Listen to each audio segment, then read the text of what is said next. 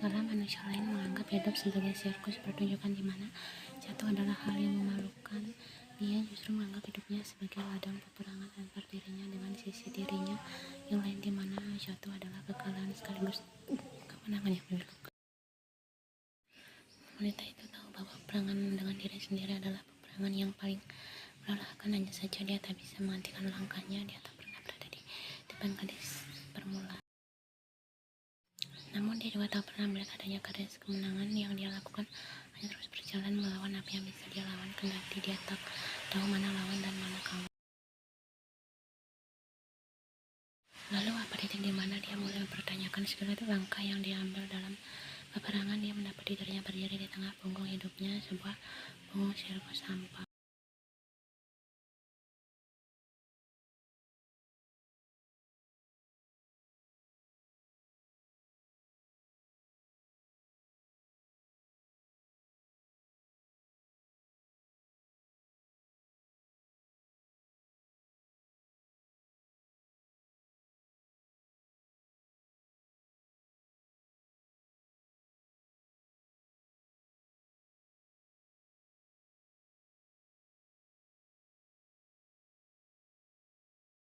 Aku akan tetap menjalankan peranku, jawab Ian yang wanita itu sambung.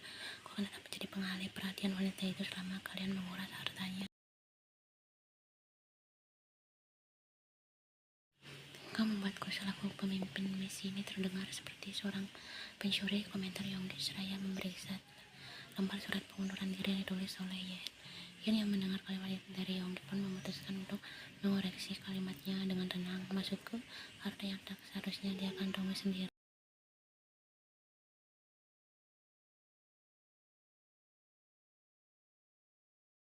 Dia akan tetap berhak atas harta itu, walau hanya spesial. Terletak Yonggi dengan netra yang menyuruh dingin. Kau benar, balas Yen sembari meraih ponselnya untuk melihat ada tidaknya pesan atau panggilan yang dia lewatkan dari kekasih.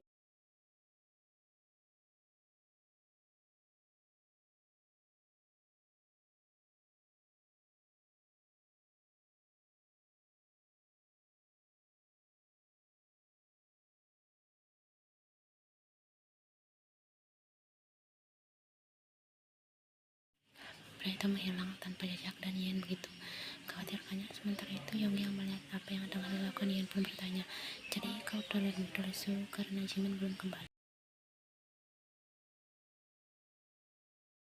Apa dia akan baik-baik saja? Tanya Yen sembari menggigit bibir bawahnya sendiri.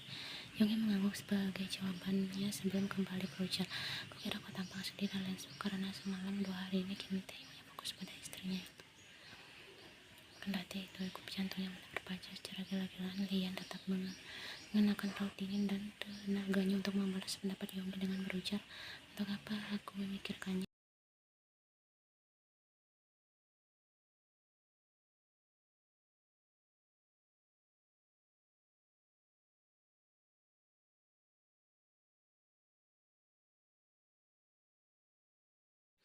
Sebelum aku jatuh cinta, sudah aku pastikan lawan mainku lebih dari sekedar babak belur karena menggilaiku, Lian sembari berdiri dari duduknya dengan ponsel yang masih dia genggam. Kau tahu yang kubahas baru saja, Pak? Bukan, Jimin, ujar Yonggi dengan senyumnya. Akan tetapi bukannya merasa terintimidasi dengan sikap Yonggi kepadanya. Sejak awal konversasi mereka, Lian justru berbalik dengan senyum congkaknya seraya berujar, Pak Jimin atau siapapun itu kurasa akan sama saja.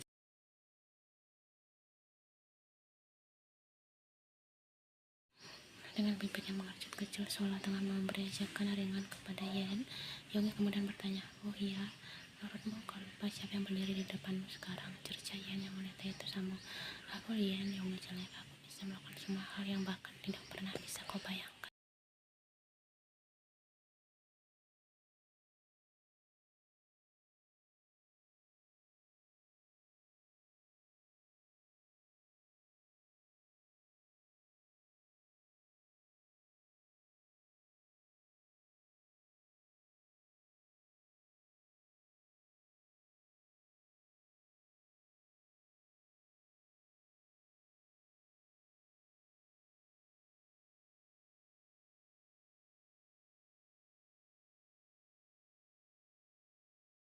Aku tahu kau kesal karena aku mundur dari jabatan dokter tapi semuanya sudah berlebihan. Leong bersama Yan sebelum berjalan menjauh. Dalam langkah yang diambil dengan tergesa-gesa itu, samar-samar Yan mendengar Yonggi kembali bersuarakan, tetapi Yan sama sekali tak ingin mendengarnya lebih lama.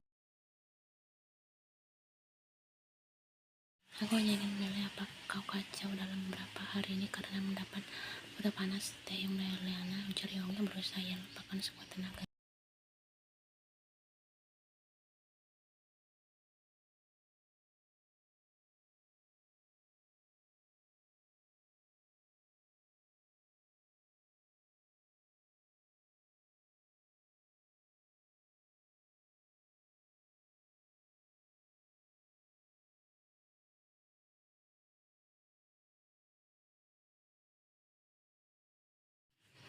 Benar, rumah ini adalah milik Kim Taeyong dan istri sialannya. Yan sedang tidak ingin menyebut nama wanita itu, apalagi mengingat foto yang dikirimkan wanita itu kepada Yan saat setelah Taeyong berpamit dan pergi. Yan tahu dia tak patut marah dan bersikap selayaknya hari ini, tapi jauh di dalam dirinya dia membela marahnya itu dan menganggapnya sebagai hal yang wajar. Entahlah apa marah karena sahabatmu tidur dengan istrinya adalah hal yang wajar atau tidak.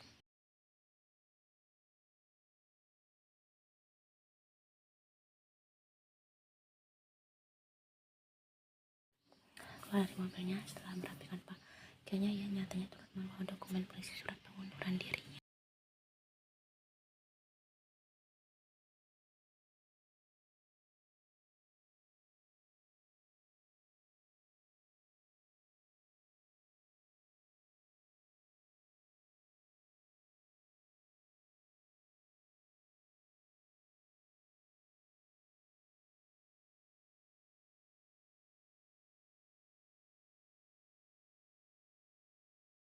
Dengan kepala yang ingat bahwa malam ini Taeyong tak memiliki jadwal apapun, wanita itu yakin bahwa Taeyong sedang ada di dalam rumah ini. Entah pria itu sedang berada di ruang kerjanya atau berada di bawah Helena Kim, Yan sama sekali tak peduli.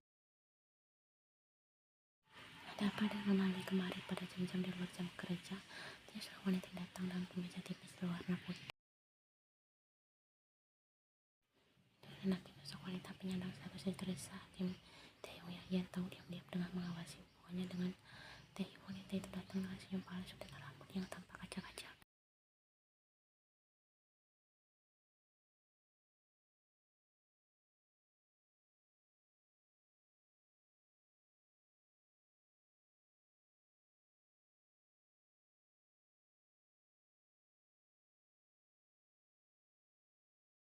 Sejujurnya Yan tak tahu apa yang tengah dia rasakan. Tidak mungkin dia cemburu pada wanita iblis di depannya ini. Dia jelas lebih memiliki Kim Taeyong jika dibandingkan dengan wanita ini. Kendati begitu, Yan tak ingin membodohkan dirinya dengan melupakan status dua manusia itu yang sah di depan hukum maupun agama.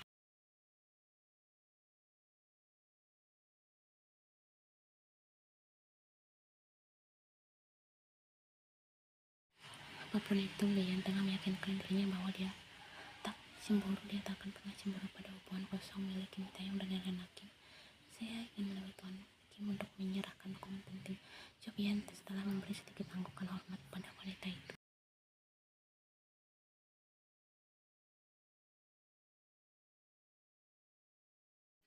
Helena tampak memberi anggukannya sebelum membalas, namun kurasa Tuan Kim yang tidak bisa menemuimu. Dia baru saja menyelesaikan pekerjaan melelahkan bersama.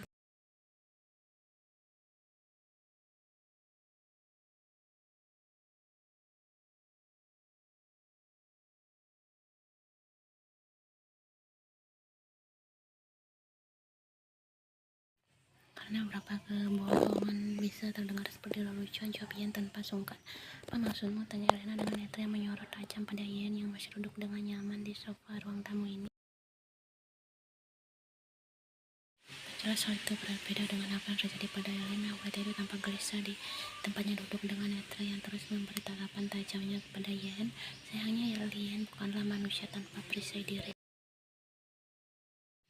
Wanita itu sudah sering merasakan kehancuran dalam dirinya dan bodoh namanya jika dia tak menyiapkan banyak perisai pula. Oleh karena itu, dengan tenangnya Yan bertanya apa Tuan Kim tahu pasal foto yang Nyonya kirimkan tempo hari.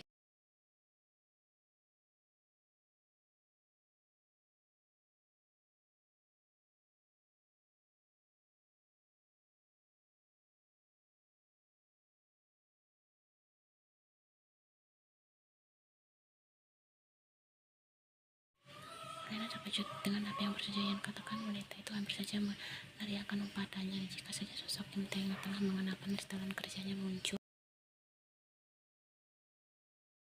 Mereka tampak kacau dan Yan tahu bahwa Tae-yong mungkin baru saja menyelesaikan lemburannya atau mungkin tengah lembur dan terpaksa harus menyudahinya karena kedatangannya, dan artinya itu karena Kim tak berkenan malam ini.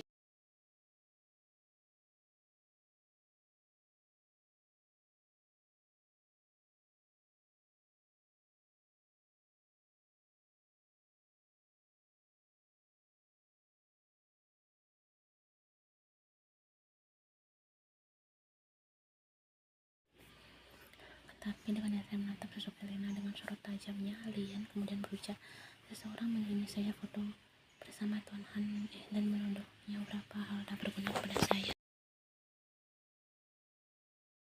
Belum selesai Elena berucap, Lian telah terlebih dahulu memotong, "Tidak melakukannya saja sudah dapat banyak hal buruk dan itu membuat saya berpikir sepertinya lebih baik jika saya melakukannya karena ya percuma saya sudah dituduh dan dipandang kotor jika tidak melakukannya."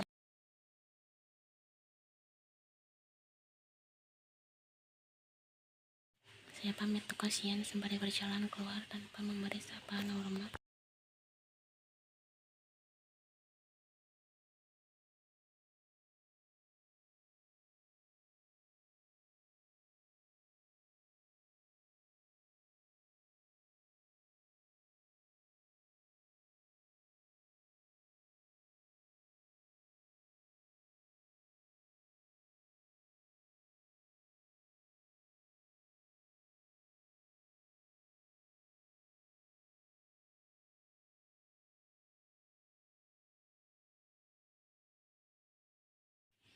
Setelah memasuki mobilnya dan menyalakan benda ini, ia dengan segera melihat adanya pesan masuk di layar ponselnya.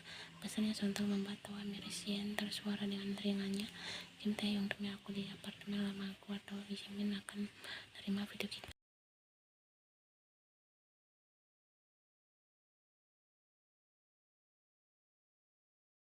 Kim Tae-yong memasuki apartemen lamanya setelah menidurkan istrinya di atap cukup raut penuh amarahnya seperti rindu hari dan memilih untuk membuat wanita itu tenang malam ini. Tak hanya itu, nyatanya Tae-yong juga turut mengganti mobilnya berada di basement kantornya untuk mengelabui beberapa bodyguard yang Tae-yong tahu ditugaskan Elena untuk memata-matainya.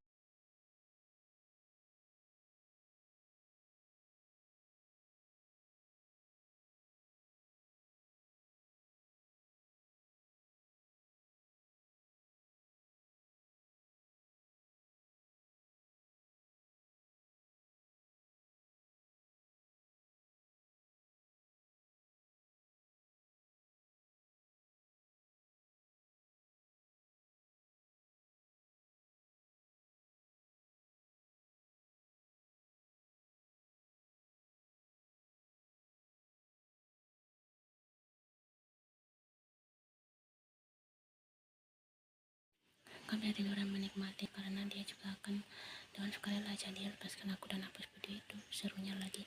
Yan, panggil Tae-yong dengan lembut sembari mendaratkan kedua telapak tangannya pada pundak Yan.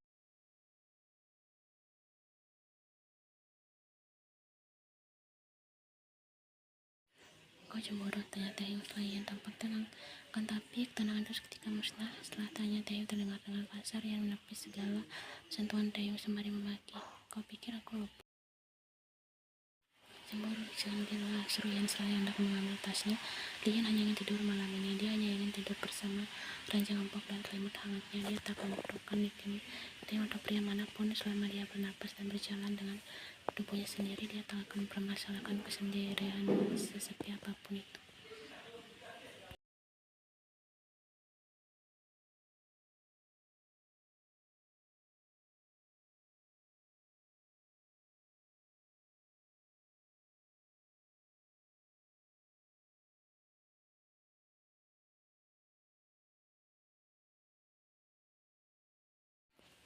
Korek api dan sekotak adalah pertanda buruk bagi Yan. Itu berarti bahwa pria itu akan mengajarnya sampai pagi. Tak hanya itu, pria itu juga turut mengeluarkan sebungkus yang diambil dari dengan netra yang menatap meja itu. Pelan Yan mendengar dia berucap dengan nada dingin,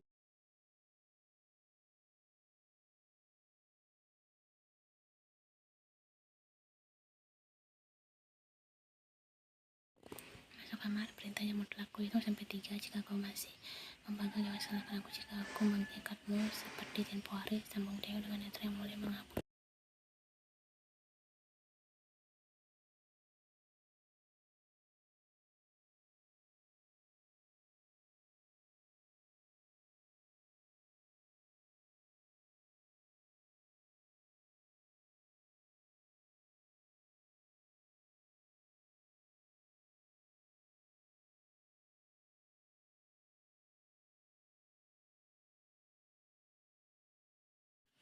Lalu ketika Theo mulai menyentuh pergelangan tangannya, Ian kemudian bertanya, bisakah kau tidak menyentuhku kali ini? Tidak, jawabnya sembari mengambil tas Ian dan melemparnya menuju permukaan sofa.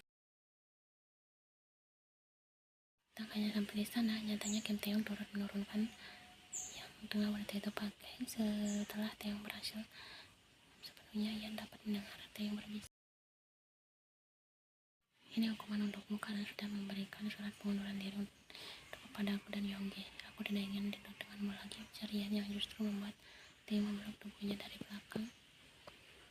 Dengan ruang napas yang menyapa Ian, perlahan Taeyong membalas, kalau begitu kita menonton video lama kita saja. Bagaimana kau ingin video saja kita berada di mobil yang terparkir di depan rumah lama Jimin, atau saat kita berada di kamar Jimin pada pesta ulang tahunnya?